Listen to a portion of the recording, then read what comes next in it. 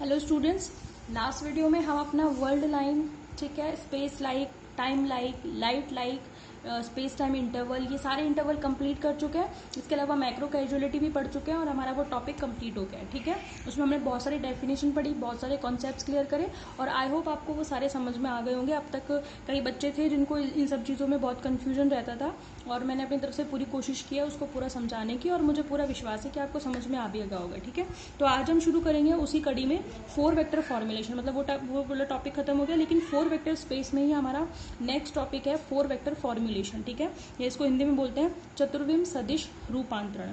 ठीक है, चतुर्विम सदिश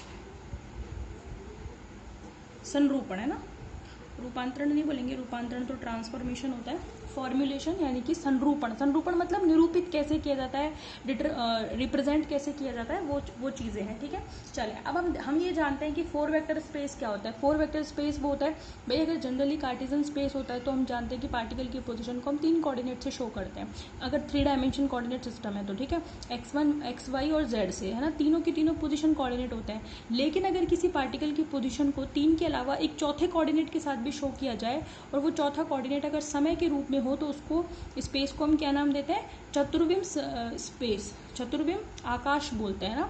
4 वेक्टर स्पेस बोलते हैं या चतुर्विम आकाश बोलते हैं। ठीक है, तो आप क्या कहोगे कि इफ पोजीशन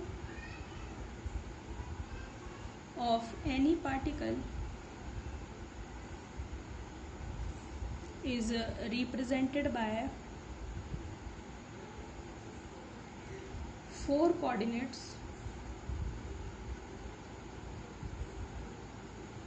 कौन कौन से, x, y, z और चौथा कौन सा है, ICT। If position of any particle in space is represented by 4 coordinates x, y, z और ICT, देन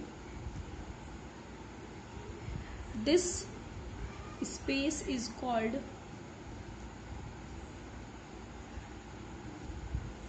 4 वेक्टर स्पेस। क्या बोलते हैं हम इसको, यानी कि अगर आकाश में किसी भी बिंदु की स्थिति 4 निर्देशांकों x, y, z और ICT से प्रदर्शित की जाए तो वो स्पेस क्या कहलाता है, चतुर्विम आकाश। बात समझ में आ गई आपको। ठीक है, तो चतुर्विम आकाश में पार्टिकल की पोजीशन को कैसे शो किया जाएगा वो देखिए। तो आप क्या कहोगे, इन 4 वेक्टर स्पेस सिस्टम आपका क्या होगा, जो x है वो तो डिनोट किया जाएगा x1 से। ठीक है, मतलब ये तो क्या है, इन 4 vector space system in tensor form. हम जानते हैं ना, टेंसर हम पढ़ चुके हैं। अगर हम टेंसर फॉर्म में दिखाएंगे तो x को किससे बताएंगे, x1 से बताएंगे, है ना। y को किससे बताते हैं हम, x2 से, याद है ना आपको टेंसर फॉर्म। ठीक है, z को किससे बताएंगे, x3 से बताएंगे और जो ICT है चौथा कोऑर्डिनेट उसको किससे बताएंगे, x4। ये हम जानते हैं कि हम टेंसर फॉर्म में x, y, z यूज ना करके x1, x2, x3 यूज करते हैं। तो जो चौथा कोऑर्डिनेट है ICT उसको हम x4 से डिनोट करते हैं। समझ में आ गई बात आपको। ठीक है, तो आप कैसे लिखोगे, therefore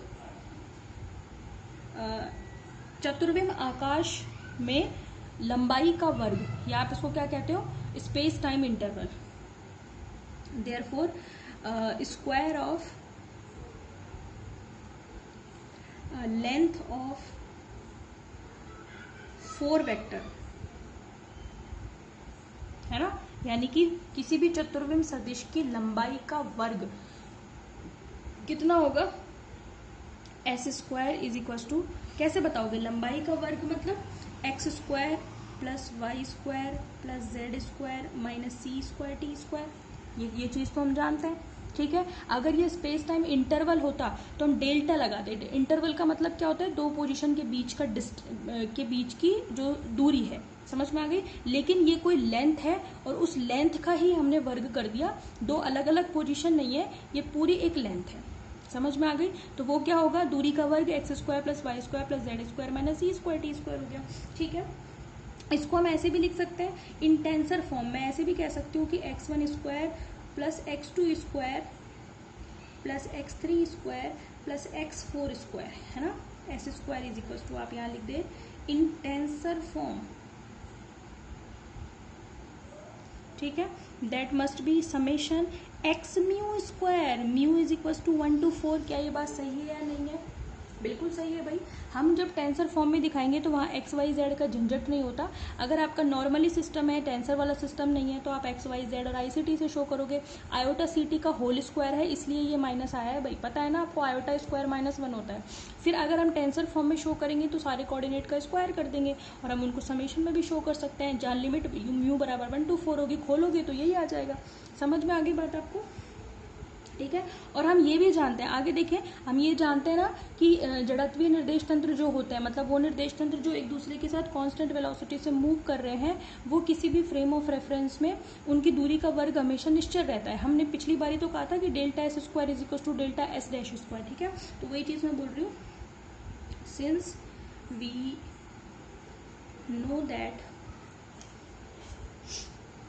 in inertial frame of references, in inertial frame of references square of length is always invariant,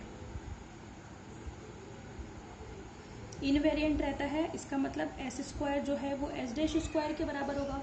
पिछली बार हमने यही चीज स्पेस टाइम इंटरवल के लिए बोली थी, इस बार लंबाई के वर्ग के लिए बोल रहे हैं, ठीक है। देखिए अब हम क्या लिख सकते हैं, एस स्क्वायर मतलब समेशन एक्स म्यू का square is equal to summation x mu dash का स्क्वायर, है ना। जहाँ अंडरस्टूड है कि mu is equal to 1 to 4 है और ये वाला म्यू भी 1 to 4 है, ठीक है। इसको मैंने डाल दिया इक्वेशन नंबर 1। तो अब तक हमने क्या देखा, 4 वेक्टर स्पेस में 4 कोऑर्डिनेट से शो करेंगे, 3 पोजीशन और एक वो भी पोजीशन का ही है पर वो टाइम की फॉर्म में है, ठीक है। टेंसर फॉर्म में हम एक्स वाई जेड को x1 x2 x3 x4 से शो करेंगे। लंबाई का वर्ग अगर नॉर्मल स्टेट में है तो X square plus Y square plus Z square minus C square T square होगा। टेंसर फॉर्म में जो है वो हम इसको ऐसे शो कर सकते हैं 1 2 3 4 से। और इनर्शियल फ्रेम ऑफ रेफरेंसेज में दोनों ही लंबाई के वर्ग जो है वो निश्चल होंगे। बात समझ में आ गई? अब आ जाइए आप लॉरेंस ट्रांसफॉर्मेशन पे। बाय लॉरेंस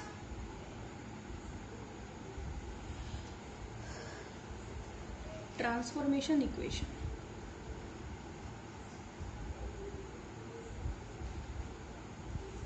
ठीक है। लॉरेंस ट्रांसफॉर्मेशन इक्वेशन क्या होती है, x dash is equal to gamma x minus v t, पहली तो यही होती है, ठीक है। तो आप इसको कैसे शो कर सकते हो, मतलब पहले तो मैं क्या कर रही हूँ, आपने ये पढ़ा था ना कि beta is equal to V upon C होता है कि नहीं होता। तो बस मैं इसको उसी तरीके से लिखना चाह रही हूँ। और पहला कोऑर्डिनेट तो आपका x है ही, लेकिन जो चौथा है वो समय का कोऑर्डिनेट आपका ICT है। तो मैं ये जो t है इसको मैं ICT और बीटा में कन्वर्ट करना चाहती हूँ, किसको, VT को। तो ध्यान से देखो मैं क्या कर रही हूँ, गामा तो हमारा है ही, इसमें मुझे कोई चेंज नहीं करना, ठीक है। x माइनस, ये जो माइनस है क्या मैं इसको आयोटा स्क्वायर लिख सकती हूँ? आप मेरे को बस देखो, क्या मैं इसको ऐसे लिख दूँ? ध्यान से देखो क्या ये सही है या नहीं है। सुनो मेरी बात, आयोटा स्क्वायर तो -1 हो गया, वो तो है ही, ठीक है। बीटा जो है वो बन गया v अपॉन सी। इसका मतलब ये है कि इस इक्वेशन में मैंने c से ऊपर नीचे मल्टीप्लाई किया होगा। समझ में आ गई? तो जो v अपॉन सी बना उसको तो हमने लिख दिया बीटा, जो माइनस है उसको हमने एक आयोटा बाहर रख लिया, एक आयोटा जो सी टी है उसके साथ रख दिया। तो हम क्या करना चाहते हैं, केवल इस इक्वेशन को x की फॉर्म में तो है ही, पहला जो कोऑर्डिनेट है वो तो आपका x है ही, लेकिन चौथा कोऑर्डिनेट जो है वो ICT है। तो ICT में मैं इसको कन्वर्ट कर रही हूँ, मैंने कन्वर्ट कर लिया, ठीक है। दूसरी इक्वेशन में तो कोई दिक्कत ही नहीं है, तीसरी में भी कोई दिक्कत नहीं है, चौथी क्या है, t dash is equal to gamma t minus Vx upon c square. अब चौथी इक्वेशन में मुझे x को नहीं छेड़ना, ये तो ऐसे ही रहेगा, लेकिन ये जो t है और ये जो t डैश है उसको मुझे आयोटा सी टी में कन्वर्ट करना है, ठीक है। तो मैं क्या करूँगी, इक्वेशन को दोनों साइड मल्टीप्लाई करूँगी, किससे, आयोटा सी टी डैश। हम ये काम कर चुके हैं जब हमने लॉरेंस ट्रांसफॉर्मेशन रोटेशन फॉर्म में पढ़ा था, तो हम यही काम कर चुके हैं, डिट्टो, ठीक है। ये क्या बन गया, आयोटा सी टी, ये आयोटा सी, यहाँ भी आयोटा सी से मल्टीप्लाई कर दिया मैंने, ठीक है। तो आपका ये क्या बन गया, iota c t dash is equal to gamma iota c t फिर माइनस क्या करें, ये जो आयोटा है आपका, इसको मैं आयोटा स्क्वायर लिख सकती हूँ। समझ में आ रही है बात आपको? ठीक है, तो मैं क्या लिख सकती हूँ, क्या मैं ऐसे लिख दूँ, है ना? देखो आयोटा स्क्वायर लिखने की जरूरत नहीं है, आयोटा सी से मल्टीप्लाई किया है तो यहाँ मल्टीप्लाई होगा, यहाँ मल्टीप्लाई होगा, यहाँ पे भी तो मल्टीप्लाई होगा। देखो इमेजिन करो, आयोटा सी टी, एक सी से एक सी कैंसिल हो गया, ठीक है। फिर बच गया v अपॉन सी, उसको मैंने लिख दिया बीटा। एक आयोटा मेरा बच रहा है भाई, कहाँ से बच रहा है, क्योंकि मैंने आयोटा सी टी से मल्टीप्लाई किया है। और साथ में क्या बच गया मेरे पास, टी बच गया, नहीं टी क्यों, एक्स बचेगा। बात समझ में आ गई आपको? ठीक है, तो मैंने मल्टीप्लाई किससे किया था, आयोटा सी टी से नहीं, सॉरी आयोटा सी से मल्टीप्लाई। तो आयोटा सी से यहाँ मल्टीप्लाई किया, ये आयोटा सी टी डैश बन गया, इसको किया तो ये आयोटा सी बन गया। इधर आयोटा सी से मल्टीप्लाई किया तो सी से सी कैंसिल हो गया, आयोटा बच गया, और जो वी अपॉन सी बचा उसको बीटा लिख दिया, और ये एक्स हो गया। बात समझ में आ गई, चारों इक्वेशन आ गई। तो ये ही चारों इक्वेशन को मैं कंबाइंडली नंबर डाल रही हूँ, यहाँ पे एक हो गई ना हमारी, ये नंबर हो गया आपका 2। ठीक है, अब देखो इक्वेशन 2 को मैं टेंसर फॉर्म में लिखूंगी, इन टेंसर फॉर्म। ठीक है, तो थोड़ा सा ट्रांसफॉर्मेशन समझ में आ गया होगा, बाकी कोई दिक्कत नहीं, करके देख लेना, हाथ से पेन चलाना थोड़ा सा, तो अपने आप समझ में आ जाएगा। यहाँ पे मैंने या माइनस को कन्वर्ट किया आयोटा स्क्वायर में, और सी से ऊपर नीचे मल्टीप्लाई किया सेकंड टर्म को, और यहाँ पे मैंने क्या किया है, आयोटा सी से मल्टीप्लाई किया, इक्वेशन को दोनों साइड आयोटा सी को अंदर ले जाना, वी अपॉन सी को बीटा लिख देना। ठीक है, वो मैंने बताई दिया यहाँ पे। टेंसर फॉर्म में देखो, टेंसर फॉर्म में इस एक्स डैश को आप क्या लिखोगे, x1 डैश लिखोगे, बिल्कुल लिखेंगे। गामा एक्स को क्या लिखेंगे हम, x1, आयोटा बीटा ऐसे का ऐसा, और ये जो आयोटा सी टी है उसको हम क्या लिखेंगे, x4 लिखेंगे। इसीलिए कर रहे थे ये तामझाम इतना।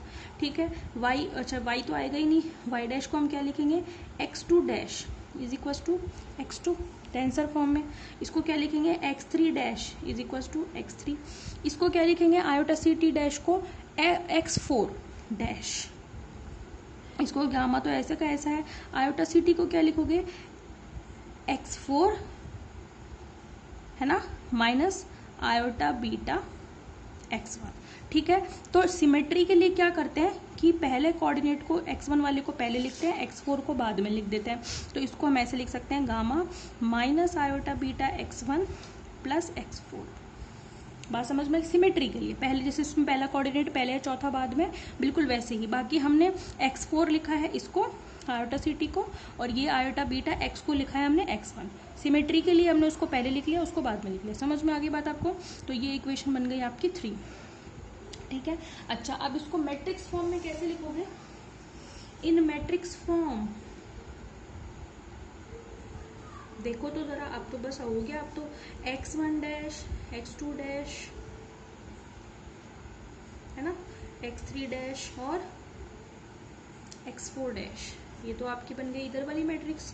इधर क्या बनेगा देखो, इधर मैट्रिक्स देखो क्या बनेगी, x1 के साथ मल्टीप्लाई क्या है, गामा, x2 x3 का कुछ है नहीं तो मतलब 0 0, x4 के साथ क्या है, आयोटा बीटा गामा। समझ में आ गई, चारों एलिमेंट समझ में आ गए। फिर इसमें देखो पहला है ही नहीं, दूसरा क्या है, दूसरा है 1। ठीक है, समझ में आ जाएगा। तीसरा है नहीं, चौथा भी नहीं है।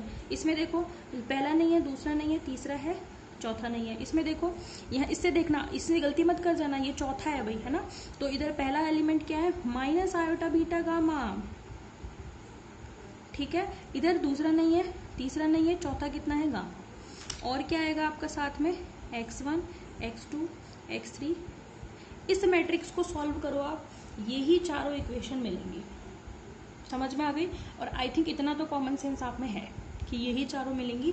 मल्टीप्लाई करोगे तो कैसे करोगे, ये कॉलम, इस रो को इस कॉलम से मल्टीप्लाई करोगे, इस एलिमेंट को इससे, ये दोनों 0 हो जाएंगे, यही मिलेगी इक्वेशन, दिख भी रहा है सामने ही। ठीक है, फिर इसको इससे करोगे तो x2 ही मिलेगा, इसको इससे करोगे x3 ही मिलेगा, वो ये है हमारे पास यहाँ पे। इसको इससे करोगे तो ये पहला और ये चौथा, बाकी के 2 0। बात समझ में आ गई, आपको समझ में आई। ये जो मैट्रिक्स है ये बड़ी इंपॉर्टेंट है, आगे तक काम आएगी। तो हम कैसे लिख सकते हैं इसको, देयरफॉर ये क्या बन गया, x mu dash is equal to summation a mu nu. ठीक है, और साथ में x म्यू, और न्यू की वैल्यू 1 से लेकर के और 4 तक है। और म्यू की वैल्यू भी 1 से 4 तक ही है ना, अंडरस्टूड है। चलें भाई यहाँ पे बता देते हैं हम, समेशन में तो एक ही समेशन दिखाया इसलिए म्यू बराबर 1 2 3 4। समझ में आ गई बात आपको? तो आप इसको डिफाइन कैसे करोगे? 4 वेक्टर, मतलब 4 वेक्टर क्या है, 4 वेक्टर को आप कैसे डिफाइन करोगे? 4 वेक्टर जो है वो होता है ए म्यू। समझ में आ गई? मतलब अगर आप यहाँ पे तो 4 वेक्टर की जगह पर पोजीशन वेक्टर है, तो पोजीशन वेक्टर की जो 4 वेक्टर फॉर्मुलेशन इक्वेशन है वो ये हो गई। तो आप क्या कहोगे? ये हो गई equation number 4। Equation 4 represents the 4 vector formulation equation of position। और अगर आपका 4 वेक्टर होता, केवल 4 वेक्टर फॉर्मुलेशन होता ऑफ ए, तो आप कैसे दिखाते? A mu dash is equal to A mu nu, nu is equal to 1 2 4। ये मैट्रिक्स तो सेम ही रहती, बस एलिमेंट बदल चलते, A1 dash A2 dash A3 dash A4 dash, इधर A1 A2 A3 A4। समझ में आ गई बात आपको? तो ये ए किसको बता रहा है कि जो भी आपका वेक्टर होगा, चाहे वो पोजीशन है, चाहे वेलोसिटी है, चाहे मोमेंट, आगे हम पढ़ेंगे। वेलोसिटी के लिए हम यहाँ पे u mu dash is equal to u mu लिख देंगे, मोमेंटम के लिए p mu dash is equal to p mu लिख देंगे। तो ए वो कोई भी 4 वेक्टर है जिसका हम फॉर्मुलेशन करना चाहते हैं। हालांकि ये किसकी इक्वेशन है? पोजीशन की फॉर्मुलेशन इक्वेशन है। बात समझ में आ गई? तो ये टॉपिक आपका यहाँ पे हो गया है पूरा। अब हम क्या करेंगे? कल हम देखेंगे फॉर्मुलेशन ऑफ वेलोसिटी, ठीक है? यानी कि 4 वेक्टर वेलोसिटी को हम कल डिस्कस करेंगे। Okay, thank you.